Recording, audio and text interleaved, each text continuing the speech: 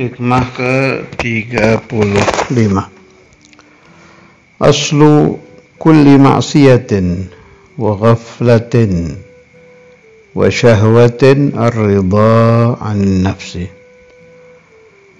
Wa aslu kulli ta'atin wa yaqadhatin wa 'iffatin 'adamu ar-ridha minka anha. Wala an tashhaba jahilan la yarda an nafsihi khairun laka min an tashhaba aliman yarda an nafsihi. Fa ayyu ilmin li'alim yarda an nafsihi wa ayyu jahlin li jahil la yarda an nafsihi. Aslu kulli ma'siyatin, asal segala maksiat, wa ghaflatin, dan ghaflah lupa kepada Allah, wa syahwatin, dan syahwah, ar-ridha 'anin nafsi, ridha dengan nafsu. Asal maksiat ridha dengan nafsu, asal ghaflah ridha dengan nafsu, asal syahwah juga ridha dengan nafsu. Jadi sebelum masuk ke sini, saya ingin masuk ke pembahasan yang lebih ringan tentang syahwat dulu ya. Jadi peristiwa makan buah khuldi di cerita terkenal di surga itu sebelum Sayyidina Adam dan Sayyidatuna Hawa diturunkan ke alam dunia. Saya tidak akan masuk ke pembahasan ismah, sudah jelas Nabi Adam maksum dan sudah sering saya bahas. Saya ingin bahas ke masalah makan dulu itu. Itu kata ulama-ulama yang ahli tarbiyatun nafas, kejadian itu isyarah bahwa pusat asal sumber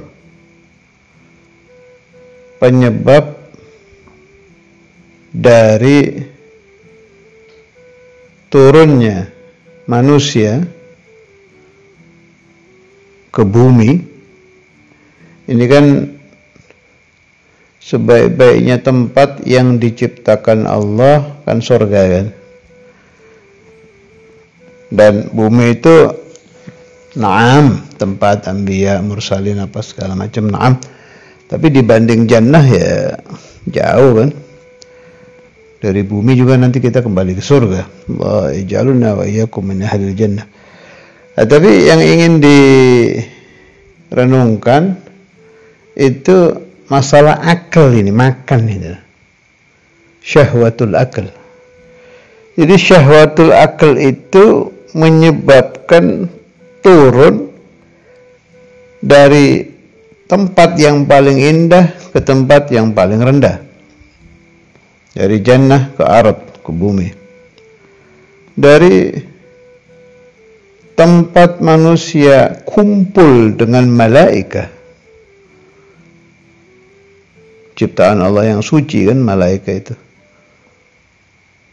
Dari tempat manusia, yakni Sayyidina Adam, bisa melihat Allah Azza wa Jalla fil jannah, jadi turun ke bumi. Bumi itu tempat terhijabnya insan dari nazar ila Rabbil Alamin. Mas sebab akal, makanan. Makanya orang-orang ahlu tarbiyah itu yang ingin mensucikan ruh pasti dimulai dari makan dan minum otomatis ya. Karena itu boleh ditanya ke santri-santri lama, masih banyak yang hidup di alam dunia yang mendapati tarbiyah Syekhul Imam Al-Habib Abdullah bin Abdul Qadir bin Faqih zaman-zaman ngaji Ihya itu tanya aja ke mereka itu. Bandung boleh tanya ke Ustaz tadi Tolha, ke Buya Anom dan lain-lain. Indramayu boleh tanya ke Wib Ahmad. Jakarta boleh tanya ke Habib Fauzi, terus dan lain-lain. Bekasi boleh tanya ke Ustaz Saiful Anwar. Pokoknya yang dapat itu Ustadzul Imam ngajar Ihya, tanya ke mereka itu. Paling sering malah saya mau bilang 100%, kadang pernah sih selain bab makan, tapi rata-rata selama beliau ngajar itu yang dibaca pasti masalah kasru syahwatil batin wal farji, untuk memecahkan syahwat perut dan farj, kemaluan. Babul ju, babul atas, itu aja diulang-ulang itu. Keterangan-keterangan tentang itu tidak terhitung jumlahnya. Yang sering saya nukilkan itu, man qala akluhu wa syurbuhu wa namuhu fathallahu alaihi abwabul futuh wal munuh, kullu tu'ma wa syurba wa nauma takunu abidallah wa tanzuru fi malakuti samawati wal ard, dan lain-lain. Pasti yang dibahas itu aja. Nah, itu isyarah itu. Ini kunci ini. Miftah. Dan harus dibuktikan. Anda tidak akan yakin bicara saya tentang ini kalau Anda tidak membuktikan. Siapa-siapa yang sudah berhasil memecahkan syahwat makan dan minum, pasti dia akan merasakan yang namanya futuh, munuh, ilm batin maksud saya, senang ibadah. Sebab ini asal ini, syahwatul akli wa syahwatul syurbi.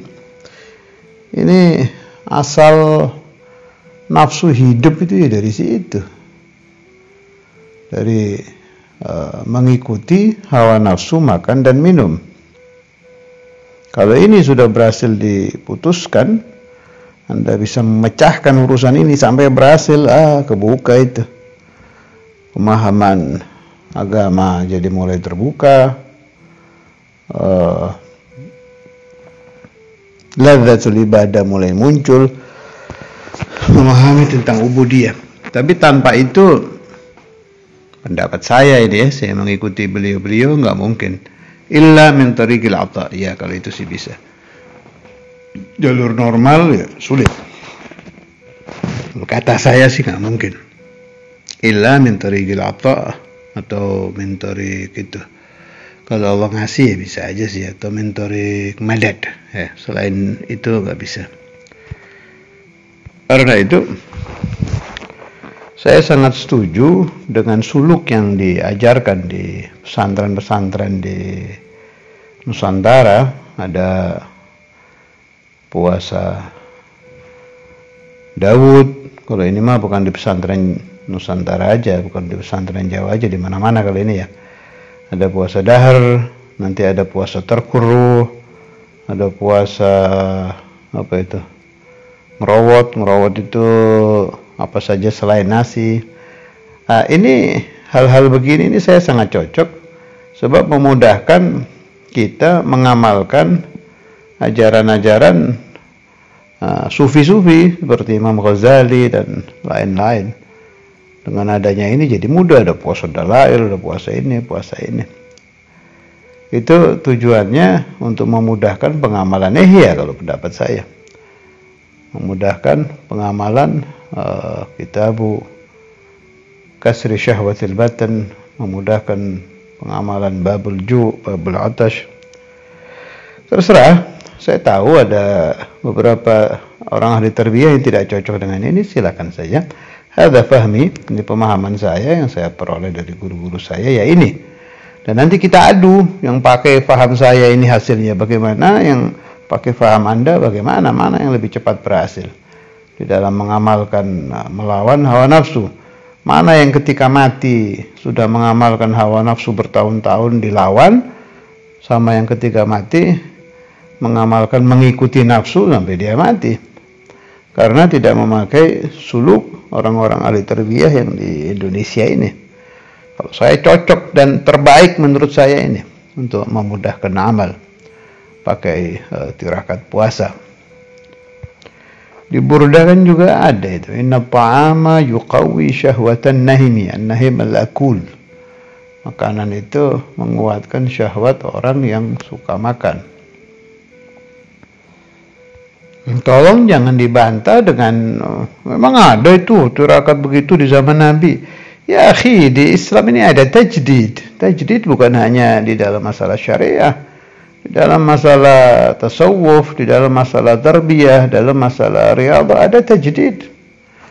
Kalau di dalam fikih ada mujaddid, di dalam ilmu tarbiyah ruhaniyah, dalam tasawuf juga ada mujaddid. Saya berpendapat kiai-kiai sepuh yang di Jawa, di Nusantara yang memunculkan ajaran-ajaran tirakat itu mujaddid di dalam urusan tarbiyah ruhaniyah, di dalam urusan tasawuf, di dalam urusan riyadhah, di dalam urusan mujahadah.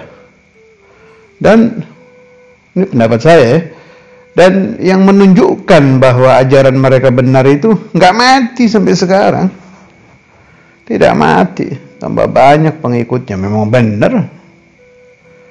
Wa dhaharat an-natijah, natijahnya jelas terlihat. Orang yang ahli riyadhah futuhnya lebih cepat daripada yang tidak riyadhah. Kemudian di dalam ubudiyahnya juga mereka lebih bagus. Di dalam futuh fi shalah ala nabi juga lebih cepat. Terus kalau mau jujur, beritahu saya mana yang keliru? Mana? Orang melawan hawa nafsu makan keliru, hawa nafsu minum dilawan keliru. Tunjukkan ke saya kelirunya mana, dalilnya apa? Kalau dalilnya itu gak ada hadisnya, Wahabi ini. Hadisnya mana, ininya mana?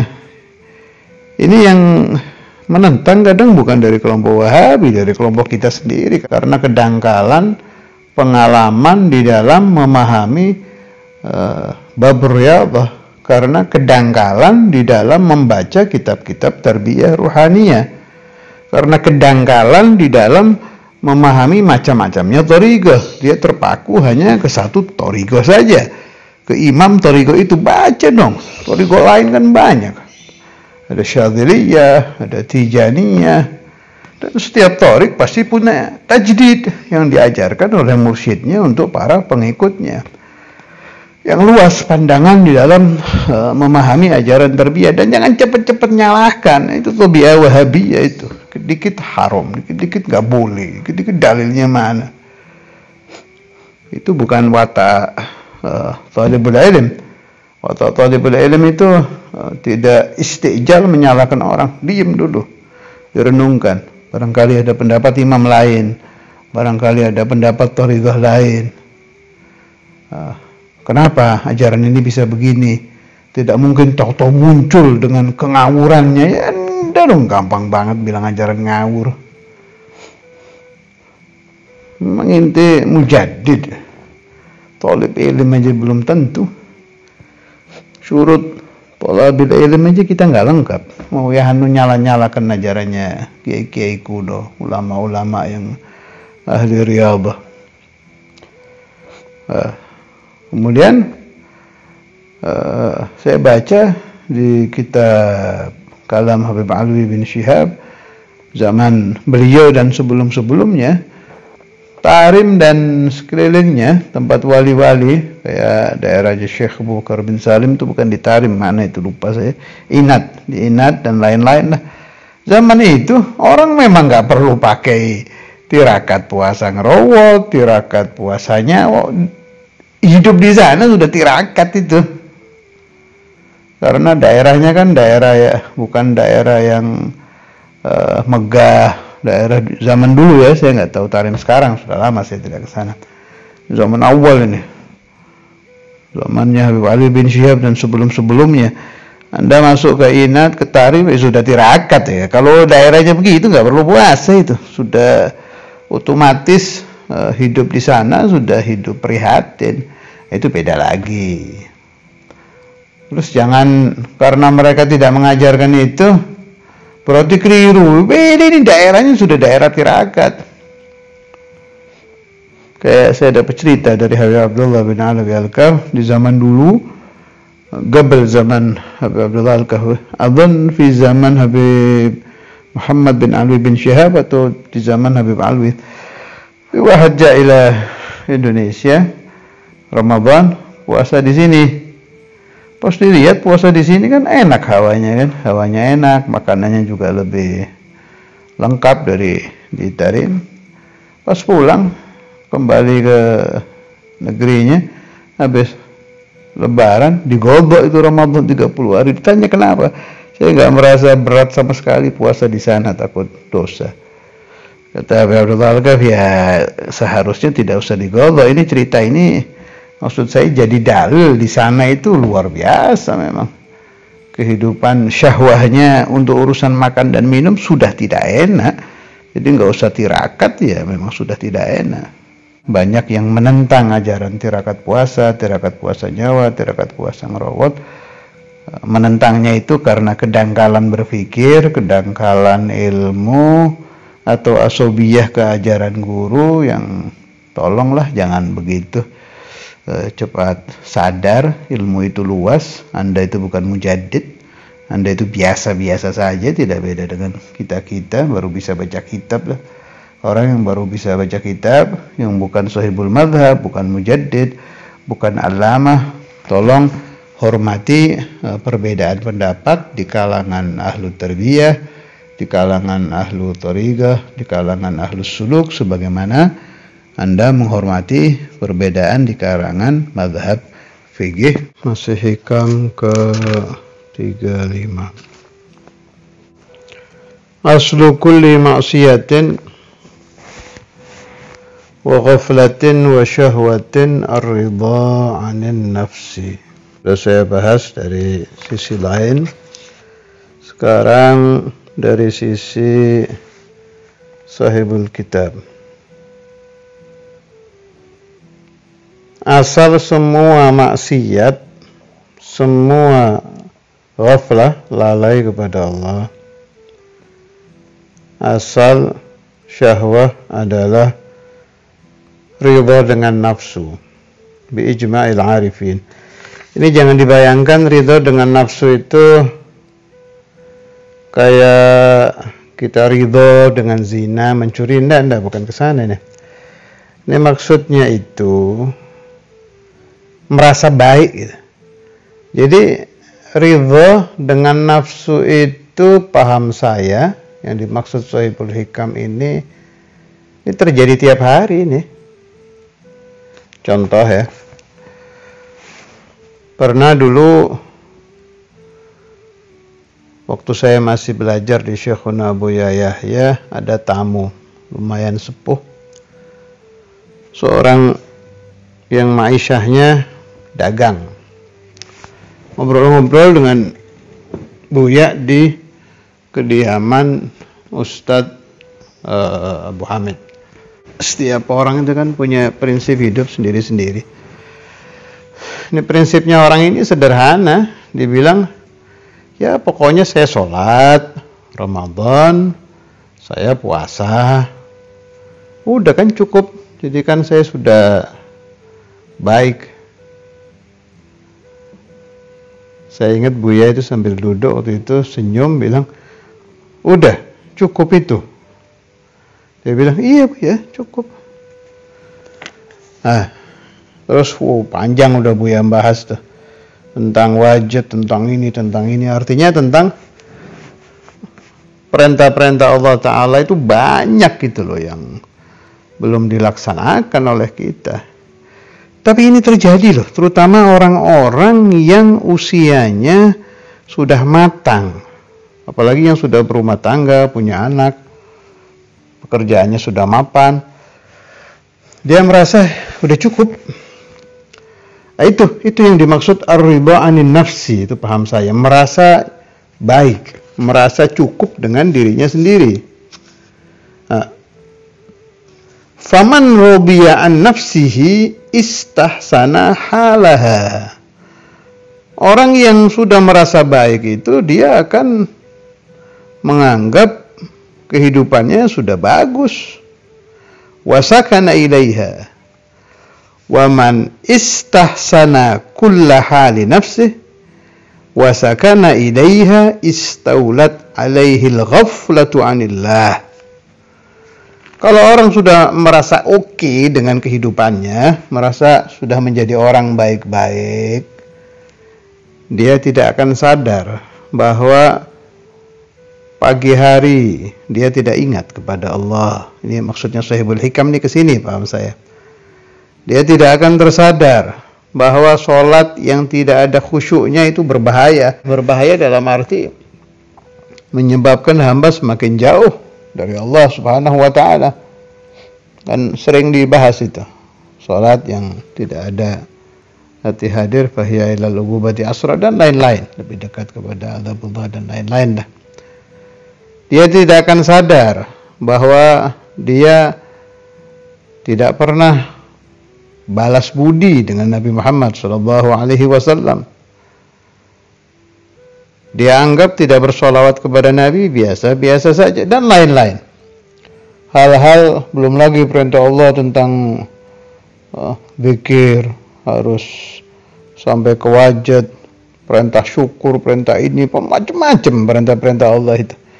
Itu semuanya, jangankan diamalkan, terlintas saja di pikiran orang yang sudah merasa kehidupannya oke, kehidupannya baik, tidak akan datang lintasan-lintasan seperti itu. Wabil ghaflah yansarifu qalbuhu 'anit tafaqqud wal mura'ah li khawatirih. Lah orang yang sudah merasa baik itu, dia tidak akan mencari-cari lagi di dalam hatinya. Saya kurang apa ya? Hari ini kibir saya naik apa turun?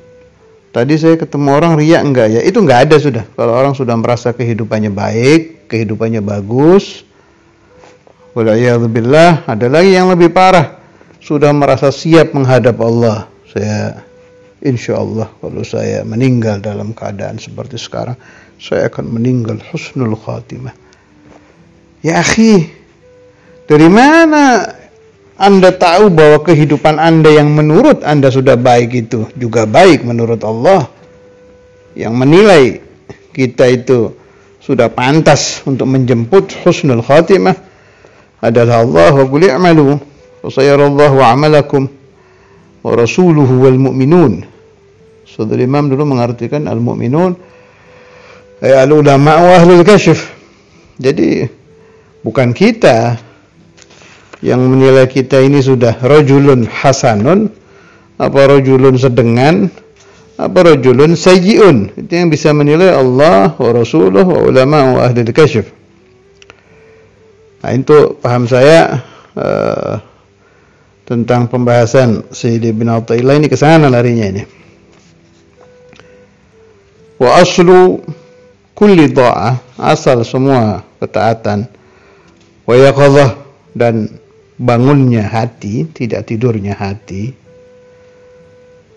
wa iffah, dan iffah, terjaga dari maksiat dirinya, adamur ridha minka anha, tidak adanya ridha minka dari kamu, anha, tentang nafsumu.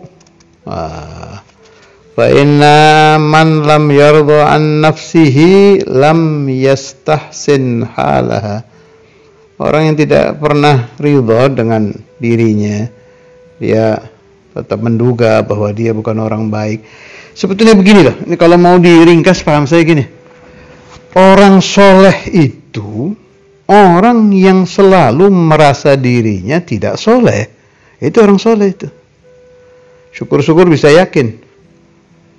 Jadi selalu merasa dirinya itu, waduh, jangan-jangan saya belum diridhai Allah. Kalau contoh yang sering terjadi aja itu, kalau orang dasar orang soleh ya, dia mengabdi kepada ayahnya, kepada ibunya, kepada gurunya, selalu merasa salah terus. Jangan-jangan saya ini keliru tadi. Itu terus begitu. Malah saya ingat ada pembahasan dari Syekhuna Ki Ahmad, saya juga dengar ini pembahasan dari almarhum Alim Dimyati, juga dari Syekhuna almarhum Habib Abdullah Al-Kaf Cirebon. Saya sering menyebut Habib Abdullah Al-Kaf Cirebon Syekhuna itu memang guru saya. Jadi beliau itu dulu sering ditahan oleh Ustadzul Imam di Darul Hadits. Zaman saya mondok di sana itu pondoknya Ustadzul Imam memang ya, tapi saya mondok, asli mondok, tidurnya juga sama anak pondok dulu. Itu kadang ditahan ini Habib Abdullah, kadang 2 minggu, kadang sebulan. Nah, saat beliau ditahan itu waktu ba'dal fushah, kan antara taklim pagi dengan ba'dal duha itu ada jeda, ada setengah jam. Terus antara zuhur dengan asar ada jeda lagi.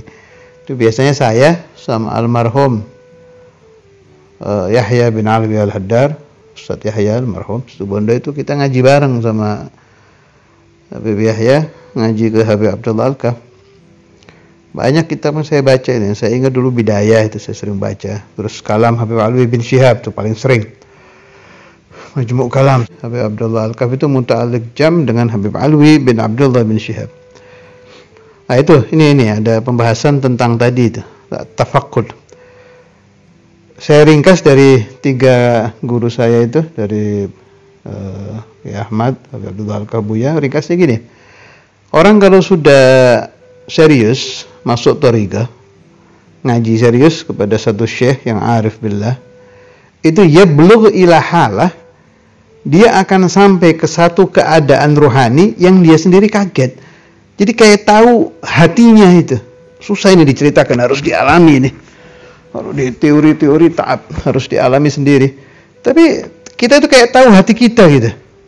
Jadi jadi kayak di dalam hati itu kan ada khotir tuh. Di dalamnya ada khotir lagi. Kalau bahasa saya ada hati luar, ada hati dalam. Ya mungkin itu yang dibilang lubul itu. Jadi di dalam hati ada hati itu. Jadi kita mau mengamalkan sesuatu, ceramah atau sholat duha atau sholat tahajud, udah benar, lillah, imtithal amrillah. Tapi kita kayak tahu kalau di dalamnya itu ada riya itu, ada ingin dipuji. Jadi kayak yaqadhah dengan diri kita sendiri, sadar diri. Ya. Ini pakai bahasa saya, mafhumnya dari 3 guru itu. Itu thariqah apa saja pasti ke sana. Nah, itu bagus itu. Itu yang dimaksud tafakkur. Mencari-cari tafakkur wal mura'ah li khawatirihi. Jadi tahu khotirnya sendiri. Sadar bahwa dia sedang riya. Sadar bahwa dia sedang ujub. Nah, terus punya kemampuan untuk menekan, untuk menghilangkan. Ya. Barangkali yang mendengar kalam saya ini mengalami, ya alhamdulillah, itu bagus sekali. Itu tanda-tanda Anda sedang suluk. Sedang aktif suluknya. Jadi thariqahnya sedang aktif, bukan sedang macet. Sedang aktif itu. Itu kalau sudah begitu teruskan, bagus itu. Itu udah enggak lama lagi itu. Enggak lama lagi akan naik ke halah yang di atasnya. Naik. Nanti asa-asa mudah-mudahan bisa sampai halatul futuh. Wah, kalau sudah futuh ajib itu. Ajib kalau sudah bisa merasakan futuh. Nanti tanda yang sering saya katakan, awalu darajatil wusul, awalu darajatil futuh itu tuma'ninatul galab, yang tidak pernah hilang. Allah yarzuquni wa uladi banati dzurriyyati wa talamidi as-sadiqin man sami'a hadzal kalam minhum. Khalas. Nah, dipesan juga sama guru-guru, orang kalau sudah mulai bisa membedakan mana halah ghaflah, mana halah yaqadhah. Ini saya sedang riya, dia terasa tahu caranya menekan dan diberi kemampuan oleh Allah Ta'ala untuk menekan riya dirinya sendiri. Nah, itu perlu syukur. Kata Sayyidina Sanusi, jangan lupa mengikat hal itu dengan syukur kepada Allah, dengan alhamdulillah, memuji Allah, syukur kepada Allah, ditambah oleh Syekhuna Ki Sa'id, diikat lagi dengan as-salah dan Nabi Muhammad SAW, supaya tidak dicabut oleh Allah Ta'ala. Sebab tidak ada jaminan kecuali untuk anbiya mursalin, halah yang ada di hati itu tidak dicabut oleh Allah karena maksiat. Kalau kita itu rawan hilang, maksiat aja habis sudah dicabut. Nah, supaya tidak dicabut, disyukuri, disolawati, dan dititipkan kepada Allah Subhanahu wa ta'ala. Sebab Allah Ta'ala sebaik-baiknya tempat untuk menitipkan. Nah, jadi insya Allah faham saya yang dimaksud Sayyidi bin Athaillah itu tentang asal maksiat ar-ridha 'anil nafs dan asal kulli ta'ah itu yang saya terangkan tadi. Adamur ridha minka anha wala an tashhaba jahilan la yarda an nafsih khairun laka min an tashhaba aliman yarda an nafsih. Dan engkau musahabah, belajar maksudnya, wahai murid, kepada orang yang bodoh bil ulum al-zahiriyah, nggak ngerti fikih, nggak ngerti hadis, nggak ngerti tafsir, nggak ngerti ilmu syariah. La yarda an nafsih, dia tidak ridha dengan nafsunya. Berarti kalau orang sudah bisa anti nafsunya sendiri, bahasa saya orang yang sadar diri, arafa nafsah, itu berarti alim, tapi istilahnya alimul janan. Jadi gini lah, ada alimul lisan, ada alimul janan. Jadi kalau dirobah ini bahasanya, kita belajar, kita musahabah dengan orang alimul janan tapi bodoh syariat, itu lebih baik daripada kita belajar, daripada kita musahabah dengan orang yang alim kitab tapi alimul lisan, tidak alimul janan. Ini banyak ini terjadi ya. Gak usah saya rinci, gak enak. Banyak banget ini. Orang-orang yang ahli kitab tapi tidak ngaji thariqah lah gampangannya, gak masuk thariqah, tidak suluk, tidak apa. Banyak banget ini. Itu orang yang alimul lisan tapi jahilul janan, berbahaya itu. Berbahaya sekali, bisa merusak rohani kita, merusak suluk kita. Nah, ilmu zahiriyah Anda pelajari tidak apa-apa, tapi yang gawat musahabahnya ini, penularan rohani ini yang serem. Sebab penularan rohani orang yang alimul lisan itu masuknya ke hati kita itu tidak terasa itu. Alhamdulillah. Sebagaimana juga merasuknya orang yang alimul janan, janan itu hati ya. Alimul janan ke kita juga tidak terasa. Ya bakhat, beruntung sekali orang yang menemukan seorang guru, syariatnya alim, janannya juga alim.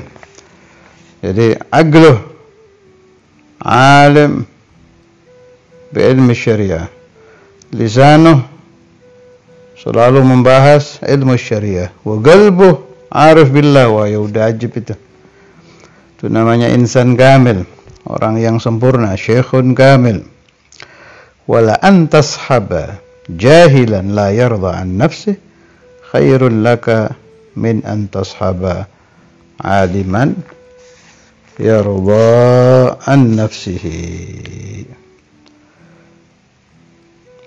فأي علم لعالم يرضى عن نفسه ilmu apa yang ada di orang alim yang dia mengikuti nafsunya? Gak ada gitu maksudnya. Ilmu apa? Masih faedah itu ilmunya. Maksudnya Ibn Athaillah begitu. Wa ayu jahlin li jahil la yarda an nafsih. Bagaimana bisa dianggap bodoh orang yang selalu melawan hawa nafsunya, yaitu yang alim. Syekhuna Kiai Ahmad itu dulu saya pernah cerita di Indramayu itu ada Habib Mukhbar itu, cucunya Sahibul Hal, Habib Muhammad bin Abdurrahman. Itu memang beliau enggak ahli fikih, enggak ahli tafsir, tapi tahu riwayat-riwayat wali-wali zaman dulu, sejarah-sejarah. Jadi ilmu yang beliau pakai suluk itu ya ilmu yang beliau dapat dari habaib-habaib kuno, kiai-kiai kuno yang beliau majelis dengan mereka. Cuma la yarda an nafsih, ma yatruk yamal lail gad hadaran wa safaran wa ana syahid. Di mana aja beliau tengah malam bangun langsung mandinya orang junub itu. Tuh amalannya kiai-kiai kuno, habib-habib kuno kan begitu. Tengah yaghtasil bidal, situ bangun, yaqumul lail, yusalli sampai subuh. Saya cerita ke Kiai Ahmad, terus beliau bilang, "Hadza alim." Nah, itu aslinya alim itu. Jadi ilmu yang betul-betul merasuk ke janan, ke hati. Ini yang dikalamkan Syaikh Hikam tadi itu. Wa ayyu jahlin li jahil la yarda an nafsih. Wa ayyu ilmin li alim yarda an nafsih. Saya pernah dengar juga pembahasannya Ayibmu itu Allamah di Cirebon, min talamidil Imam Al-Habr Al-Habib Abdul Qadir bin Ahmad bin Fiqih. Saya juga dengar itu rekaman ceramah beliau waktu ngajar. Beliau ngasih contoh gitu. Ada orang 2:30 datang ke langgar, ke musola, huwa maknanya ke masjid. Kemudian membaca sholawat, puji-pujian di masjid. Padahal nggak ahli kitab. Kata beliau, ada alim. Nah, ini pemahaman begini, ini maksudnya bagaimana ini? Ini saya sekarang yang ngomong. Jadi gini loh. Dari zaman Nabi Muhammad SAW itu, setiap masalah min masailil ilm disampaikan Nabi itu langsung amal, nggak pakai nanti. Coba cari sahabat yang nanya masalah ke Nabi Muhammad tidak langsung diamalkan, nggak ada. Pasti langsung diamalkan. Itu aslinya ilmu itu begitu. Wa yugalu buat sahabat itu alim, alim fi tilkal masalah, di masalah itu langsung diamalkan. Jadi ilmu itu memang harus diterima hati, kemudian diamalkan dengan jasad. Kalau ilmu itu yang bangsa qalbiyah, diterima galab, dan si hati juga harus langsung mengamalkan. Bukannya kola-kola yang banyak-banyak, bukan. Itu mah namanya mujarradur riwayah kalau bahasanya Imam Ghazali. Cerita tentang ilmu. Aslinya ilmu itu begitu. Si Syekh kalam, si murid memang lagi butuh dengan masalah itu, dipahami, diamalkan. Wan qasam qisman. Yang bagian jasad-jasadnya mengamalkan, yang bagian galab-galabnya juga mengamalkan. Urusan yarda an nafsih dengan la yarda an nafsih yang dikatakan Sahibul Hikam itu, jangankan kita kelas muridin, orang-orang papan atas, wali-wali besar, ulama-ulama besar, plus aulia besar itu, ambil contoh ya, Habib Abu Bakar Al-Qutub bin Muhammad As-Saggaf, ketika beliau diusulkan, sudah pernah saya ceritakan itu,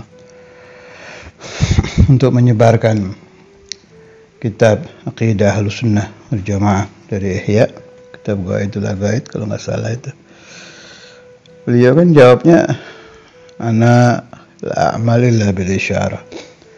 Saya tidak mengamalkan apapun kecuali ada isyarah.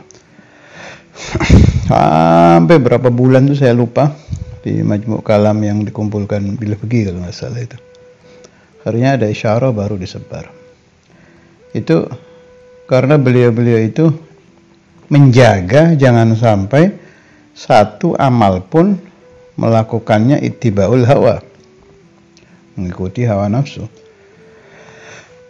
Sayyid Muhammad bin Ali al-Maliki al-Allamah al-Muhaddits, ya Allamah, ya wali kabir, ketika awal-awal beliau ke Indonesia itu di Qissatihil Masyhurah, waktu diminta untuk bikin pesantren, kan beliau bicara sendiri di hatinya itu. Saya dengar dari Ustaz Saleh Al-Idrus, kakak ipar plus guru saya. Terus Sayyid Muhammad di hatinya bilang, saya tidak akan membuat pesantren kecuali yang mudirnya itu, yang menjaga langsung sahibul ma'hadnya itu Nabi sallallahu alaihi wasallam, Sayyidah Khadijah, Sayyidah Fatimah. Kalau nggak salah wa ahlul kisah apa. Pokoknya gitu-gitu deh, Rasulullah, Sayyidah Khadijah, Sayyidah Fatimah, Imam Hasan, Imam Husain kalau nggak salah. Artinya apa? Jangan sampai bikin pesantrennya itu ittiba'ul hawa, karena mengikuti hawa nafsu. Dan kalau Anda teliti pesantren besar, mulai pesantrennya ke Khalil Bangkalan, pesantrennya siapa pendiri Lirboyo itu, Mbah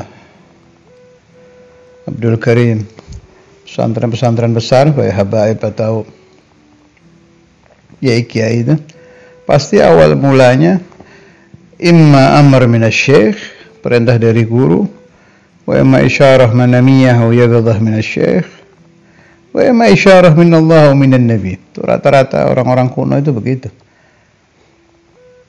Dalam mengarang ya begitu.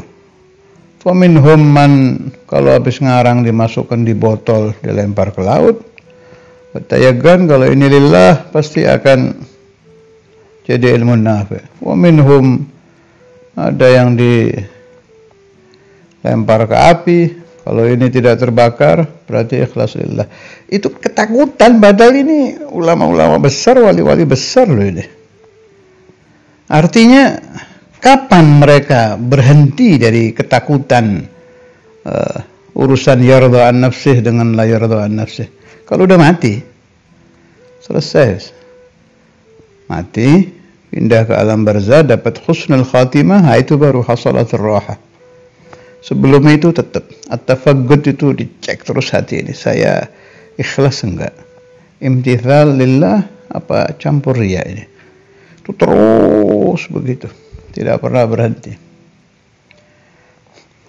Dan bagus kalau kita sering mengadakan penelitian tentang wali-wali besar, ulama-ulama besar, tentang mujahadahnya beliau-beliau itu di dalam urusan yarda an nafsih dengan la yarda an nafsih, supaya kita kembali tersadar kalau beliau-beliau itu saja sampai seperti itu, bagaimana kita yang kelasnya baru kelas muridin, baru kelas mubtadiin fis suluk, baru kelas salikin yang awal-awal.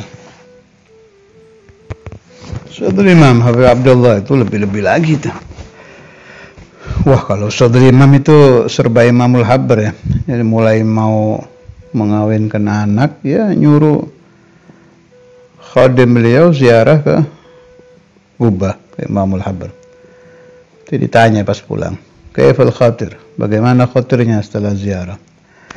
Jadi beliau tidak mau memutuskan sendiri, tetap nunggu isyarah minasyekh. Jangan sampai mengikuti keinginan diri sendiri. Sampai urusan itu mau operasi, itu di surat-surat tulisan tangannya khodim-khodim beliau kan, sebagian di saya, sebagian di Habib Muhammad. Itu ada tuh, Zur Imam al-Habr, fulan muridnya atau keluarganya yang mau operasi, umpama operasi apa tidak, sampai masalah obatnya, ada obat baru. Saudara Imam kan memang tiap hari minum obat ya. Beliau diuji banyak ujian penyakit kan. ya'khudhu dawa amla, ini obat diminum apa tidak, itu ziarah ke Quba itu. Mulai zaman Mu'allim Dimyati, zaman Mu'allim Romli, zaman sebelumnya sampai akhir-akhir itu terus isyarahnya apa itu yang dipakai. Jadi betul-betul itu Sodul Imam sudah jadi wali ya, bukan salikin, itu wasilin. Tafaham hadzal kalam, beliau itu wasil, bukan salik loh, wasil, tapi masih begitu. Itu kan tafakudnya jalan, meneliti khotir itu tetap jalan. Takut melakukan sesuatu, ittiba'ul hawa. Jadi tetap biiznihinya itu tetap dicari. Imamul Habr Habib Abdul Qadir, Syekhu Mursyidu, Madha Yushir, ya itu yang dipakai. Dalam beberapa kasus beliau tidak mencukupkan Imamul Habr. Ada itu di Jakarta, siapa itu, Haji Umar, terus fulan itu disuruh ziarah keluar Batang. Begitu. Fasodul Imam yaf'al hadha am la, ya'khudhu hadha am la. Yang kalau kita dengar cerita itu, bagi yang tidak mengerti urusan bi'idnihi ya heran, kok sampai segitunya ya. Ya memang harus begitu. Wahai orang yang menyangka di dalam hati kok sampai segitunya, saya jawab ya memang harus begitu. Justru itu menunjukkan bahwa beliau waliyun shadiq, betul-betul wasil yang asli.